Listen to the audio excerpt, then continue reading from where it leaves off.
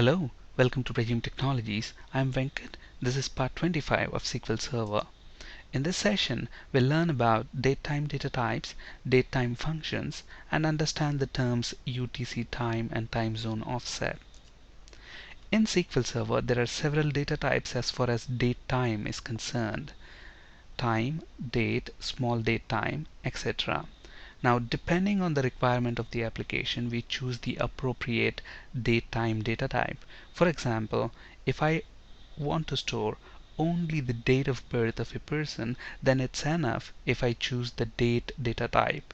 On the other hand, instead of choosing date data type, if you choose date time, let's say I want to store only the date of birth. I don't want to capture the time, but instead of choosing data type, I've chosen data type, date time data type. What is the disadvantage of doing so? If you look at date time data type, it has got 8 bytes, the size, but whereas date data type is only 3 bytes. So when it's not required to capture the time, then probably it makes sense to choose the date data type alone rather than choosing date time data type. So on the other hand, let's say I want to store the time as well. Maybe that's when we choose the date time data type. Okay, maybe I want to store only the time. In those cases, maybe I'll choose the time data type. Okay, or if I want more precision for the nanoseconds, then I choose date time to data type. So here, year, month, date, hours, milliseconds, minutes, seconds, and nanoseconds. So there is more precision for nanoseconds here in date time too when we compare that with date time. Okay, now we have this DateTime offset. Let us understand what we mean by DateTime offset. Now if you look at the DateTime offset, it's pretty much similar to DateTime too. Okay, we have years, month, days, and then hours, minutes, seconds, nanoseconds, and then you have got some plus, optionally plus or minus symbol, and then you've got hours and minutes. Okay, so this piece here, the plus or minus, hours and minutes, this is called the time zone offset.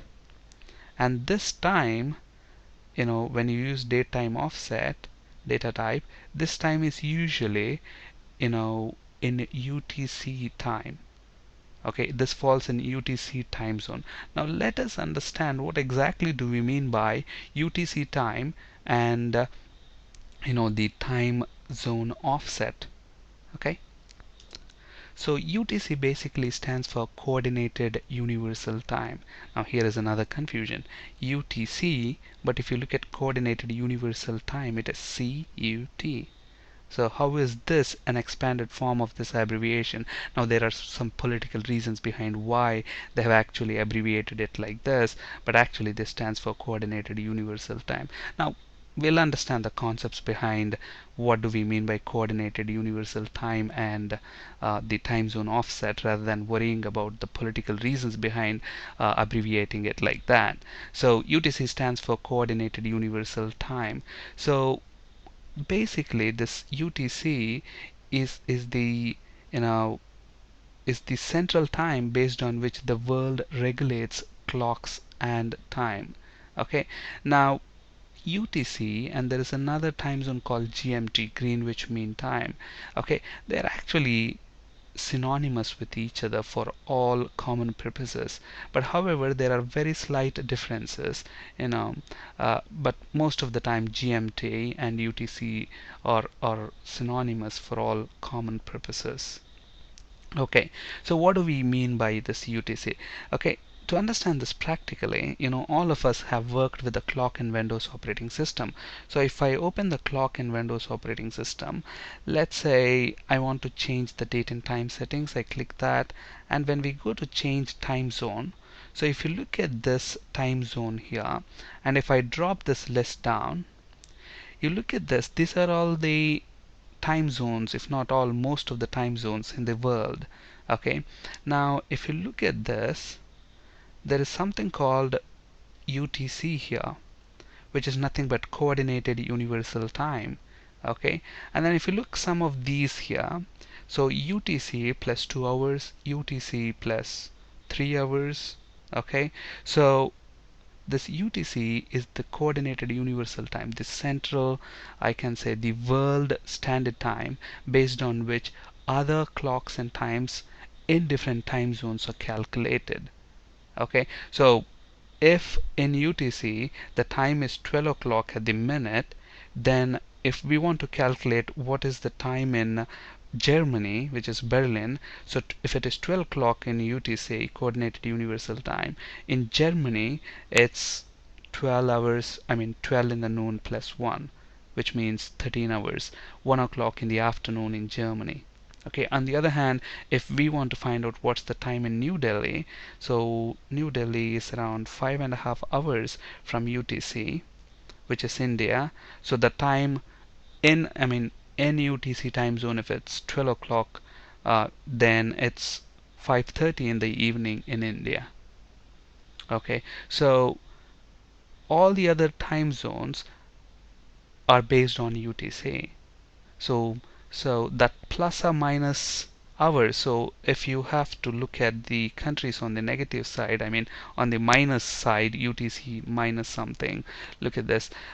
Central America is UTC minus 6 hours. So this minus plus or minus thing is nothing but the offset from the UTC time zone.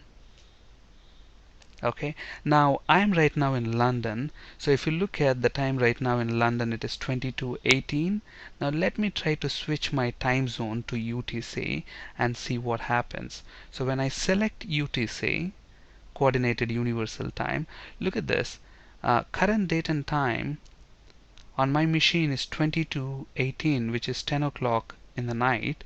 Okay, but UTC time is 21:19, which means London's time is actually 1 hour ahead of the UTC time. Okay, but if you look at the London time zone here, we don't have that plus 1 hour extra here. Okay, it just says, okay, UTC coordinated universal time, and then UTC Dublin, Edinburgh, Lisbon, London.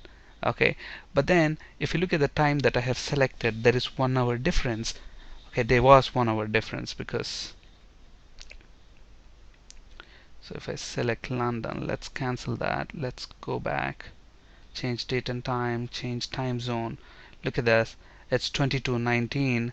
Now if I select UTC time, so there is 1 hour difference between UTC and London, but then it doesn't show up in that drop down list. So why is that?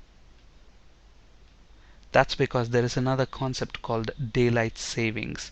Okay, so since this is summer here, we actually have moved our clocks, 1 hour, you know 1 hour forward, because of which we are getting that difference between the UTC time and the time in London. Otherwise, in winter again we'll move it backwards and UTC time matches with London's time. So that's why daylight savings are not taken into consideration here. That's the reason why you see that difference when I change the date here. Okay, so I hope it's clear what is UTC time and time zone. Okay, alright, so in order to understand these different data types, I've created a very simple table here called TBL DateTime, and I have used all the DateTime data types that are available, time, date, small date time, etc. in this table, just to show you practically how the data gets stored in the table. So if you look at this, we have this column C time, which is time data type. C date is just date data type.